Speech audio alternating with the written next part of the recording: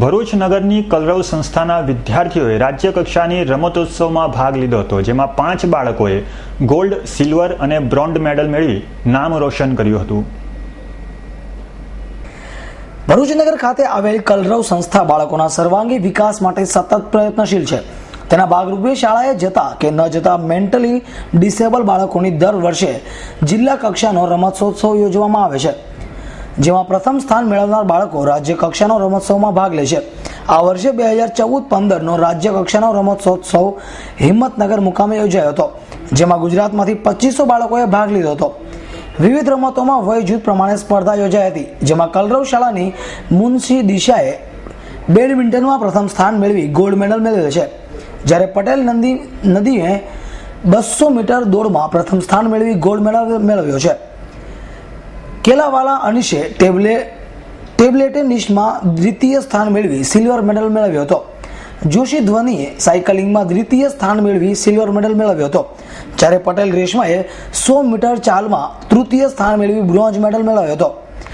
નમસ્તે, હું નીલા Modi, special Olympic ગુજરાતની ભરૂચ જિલ્લાની ગ્રોથ ડેવલપમેન્ટ મેનેજર. મને જણાવતા ખૂબ જ આનંદ થાય છે કે ભરૂચ જિલ્લાના બાળકો રાજ્ય કક્ષાએ રમવા માટે હિંમતનગર મુકામે ગયા હતા.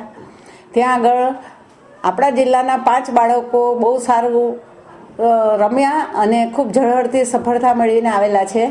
એમાં નદીમ પટેલ 200 મીટર દોડની અંદર પ્રથમ સ્થાન હાંસલ કરેલું છે. દિશા મુનશીએ બેડમિન્ટનમાં પ્રથમ સ્થાન હાંસલ કરેલું છે. અનિશ ડેલાવાલાએ ટેબલ ટેનિસની અંદર દ્વિતીય નંબર કરીને સિલ્વર મેડલ મેળવેલો છે. ધ્વની જોશી, જે ઝઘડિયા સર્વ શિક્ષા અભિયાન થકી રમવામાં આવી હતી, તેણે સાયકલિંગની અંદર સિલ્વર મેડલ મેળવ્યો છે. અને રેશમા પટેલ કરીને અસ્મિતા સંસ્થાની ચાલસા ખાતેની જે બાળકી હતી, તેણે 100 મીટર વોકની અંદર બ્રોન્ઝ મેડલ મેળવ્યો છે. ગુજરાત ભરમાંથી 2500 બાળકો આ હરીફાઈમાં ભાગ લેવા આવ્યા હતા, અને એમાંથી ભરૂચ જિલ્લાના આ 5 બાળકોએ જે સફળતા મેળવી છે તે ખરેખર દાદ માંગી લે એવી છે.